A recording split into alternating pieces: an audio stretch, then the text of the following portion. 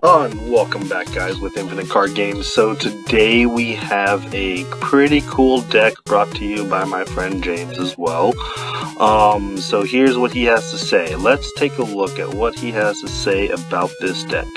So this deck is extremely reactive while being punishingly aggressive to anyone who attempts to attack it.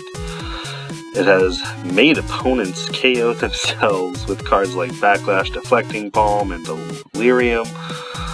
These also allow for infect kills. Blightsteel, hitting yourself. Oh, wow. Alright. Lots of control, Hayfair style, interactive game, Dark Depths. Okay, many ways of turning into Dark Depths. Alright, so 2020s. So a lot of reflective cards apparently. So if you guys don't know what this deck is, Commander, we have Queen Marchesa. Basically what this card does is Death Touch Haste to 3/3. This is the deck tech that we're doing for Queen Marchesa. When it enters the battlefield, you become the Monarch. So you immediately put the Monarch on the field. That immediately makes people want to attack. To be able to draw cards, because whenever you draw cards, it's card advantage. So when people draw cards for the Monarch, they're getting somewhat of an advantage. But at the beginning of your upkeep, if an opponent is the Monarch, you get a 1/1 black assassin creature token with Death Touch and Haste onto the battlefield. So you essentially are able to take the Monarch back very easily every single turn, and from what I have seen when playing against this deck, the Monarch just gets passed around the table. Like, it just keeps going around, and it's actually pretty funny. Alright, so what we're going to do is we're going to go through all of these. Let's look at all the mana cost cards. Well, I think we'll do CMC. Yeah, we'll do CMC. Actually, we'll do card type. That'll be easier. Alright, so we were running 38 lands, 8 enchantments, 15 creatures, 23 instants, 11 artifacts, and 4 sorceries. So through the artifacts, obviously what we're running, we have Soul Ring over here, so that's ramp, more ramp, Thought Vessel. You have no maximum hand size, which is good. You got your Mana Crypt, got your Mirage Mirror, right? Mirage Mirror. This one's really cool because it becomes any copy of any target artifact or enchantment or land. Keep that in mind. You got the Rakdos Signet, got your Talisman, more ramp. I'm pretty sure all of these are ramp. Oh, except this card right here. Sunforger. 3 mana cost. Equipped creature gets +4/+0. And then you're able to pay 1 red, 1 white, and untap Sunforger. Search your library for a red or white instant card with converted mana cost 4 or less, and cast without paying its mana cost. Then shuffle your library. Alright, so this comes back to the whole idea of reflective type of damage. So if somebody were to attack you, per se, you're able to take that attack with Sunforger on the field and just use this wonderful card. Right here. Deflecting Palm. Next time a source of your choice would deal damage to you this turn, prevent that damage. If the damage is prevented this way, Deflecting Palm deals that much damage to its source controller. To that source's controller. He said the other one was Backlash. What does that one do? Tap target untapped creature. That creature deals damage equal to its power to its controller. That's hilarious. And Delirium. Play only on target opponent's turn. Okay, tap target creature that player controls. That player deals to that player an amount of damage equal to its power. Nor receives combat damage this turn. Interesting. So 3 different ways to just push back to your opponents. So that's the Sunforger. So that's with the artifacts. Our sorceries, we have our board wipes, the Blasphemous Act. You have your Vandal Blast to get rid of some artifacts if it's kind of annoying. Winds of Abandon, it is Overload Oblivion Ring, I believe. Oh, no. It is Overload Path to Exile. Because you literally just overload it, and then everybody gets basic lands. Then you have your Day of Judgment. Destroy all creatures. Why not? Instant speed. We got your Rakdos Charm. Oh yeah. Rakdos Charm is nice, especially if you're playing against any Goblin decks. So, especially Cranko. If somebody has a Cranko on field and they're just making a ton of Goblins, you just kill them with this. Bedevil, you know, just your pretty good destroy something. And then we talked about Backlash Delirium already. Chaos Warp, obviously, with this, you're just going to get rid of just targeted removal. Copying spells, so that's usually pretty good if anybody's doing like take extra turn spells or countering what you're doing. Just copy it and counter it back, right? Pyroblast. Anti-blue spell. Another anti-blue spell. Both of these do pretty much the exact same things. Counter target blue spell or destroy target permanent if it's blue. Heliod's Intervention. Alright. Destroy X target artifacts and or enchantments. Or you can gain 2 times the life, which is pretty good, Generous Gift is basically Beast Within. So yeah. Swords to Plowshares, everybody knows that card. It's a staple. Lapse of Certainty.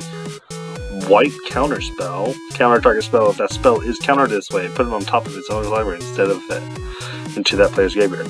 Who knew? A white counter spell. I didn't know that one. Comeuppance. Prevent all damage that would be dealt to you or planeswalkers you control this turn by sources you don't control. If damage from a creature source is prevented this way, Comeuppance deals that much damage to that creature. If the damage from a non-creature source is prevented this way, Comeuppance deals that much damage to that source's that source's controller. Interesting. Very interesting. Enlightened Tutor, search up some enchantments or artifacts. We already talked about Path to Exile. Oh, Teferi's Protection just protects you from everything, pretty much. Settle the wreckage. And get rid of some creatures, why not? So this deck is mainly just react, don't do anything, react, and then kill them with their own cards. I feel like there's a thing here that that James must like is just killing everybody with their own stuff. I feel like that's what's going on here. Like even this Wound Reflection. What? At the end of each turn, each opponent loses life equal to the life he or she lost this turn. Wow. Fracture and Arena. At the beginning of your upkeep, you draw a card, you lose some life. Yep. Necropotence. You don't draw, you skip your draw step, but whenever you discard a card, it exiles that card from your graveyard, and then you can pay a life. Exile the top card of your library face down, put the card into your hand at the beginning of your next end step. So you're essentially drawing with the Necropotence by paying life. Smothering Tie is just all around good card. Gives you the treasures on everybody's draw step. Delaying Shield's pretty cool, because if you would be dealt damage, put a delay counter on Delaying Shield at the beginning of your upkeep, remove all delay counters, and then you lose that much life. So here's what's really cool about Delaying Shield. If you have Delaying Shield, and you have Phyrexian Unlife, you cannot lose any life. You can't lose to loss of life, or Solemnity. Eat all 3 of these, make it to where you win the game. Well, you can't lose the game by loss of life anyways. Luminarch Ascension. So you're essentially just stalling the game, pretty much, kind of like a Prism deck. Stalling the game or killing your opponents with their own cards. Yeah, that's pretty much how that's going to go down. Alright, and here we go into some of the creatures. We got the Twilight Prophet. It has Ascend, so if you have 10 or more permanents, you get City's Blessing. And, let's see, at the beginning of your upkeep, if you have the City's Blessings, reveal the top card of your library and put it into your hand. Each opponent loses X life and you gain X life, where X is that card's converted mana cost. Pretty good. We got Neheb. Alright. Whenever Neheb Dreadhorde Champion deals combat damage to a player, Planeswalker, you may discard any. Interesting.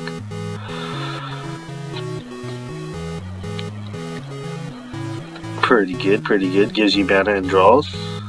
Alright, we gotta give her runes, basically Mother of Runes, but another target creature. Containment Priest stops people from playing creature spells. Well, not playing creature spells, but stops them from, like, blinking them.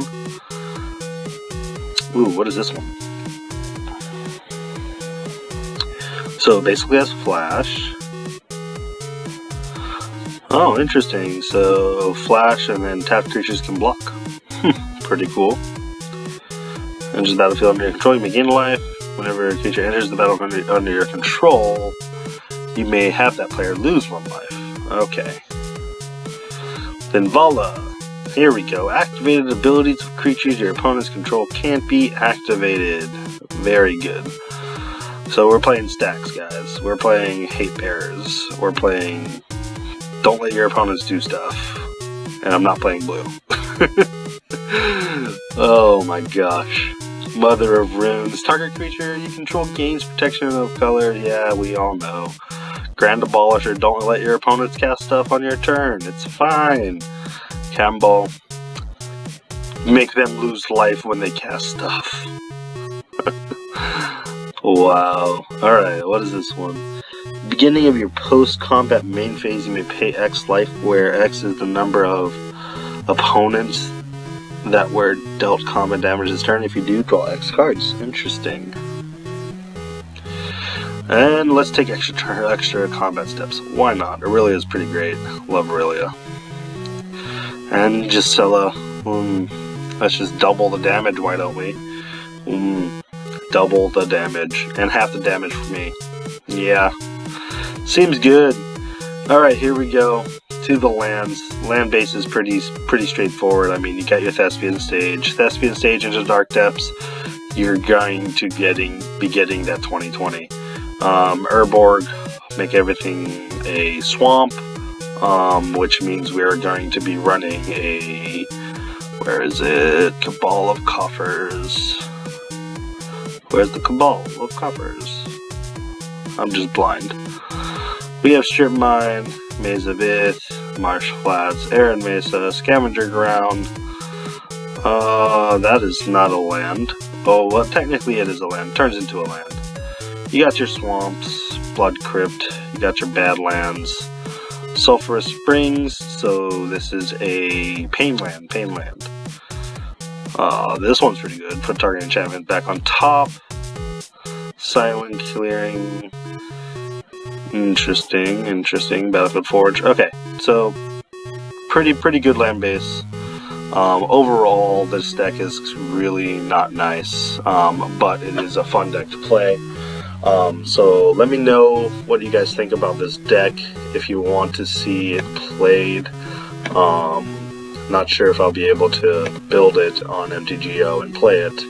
I definitely don't have it in paper, but my friend does, and I've played against it, and it's not nice. But if you guys like that deck tech, thank you for watching. And definitely like, comment, subscribe up to the video. And you guys have a great one. We should be opening up some packs here pretty soon. And we also have quite a bit of MTGO videos going up.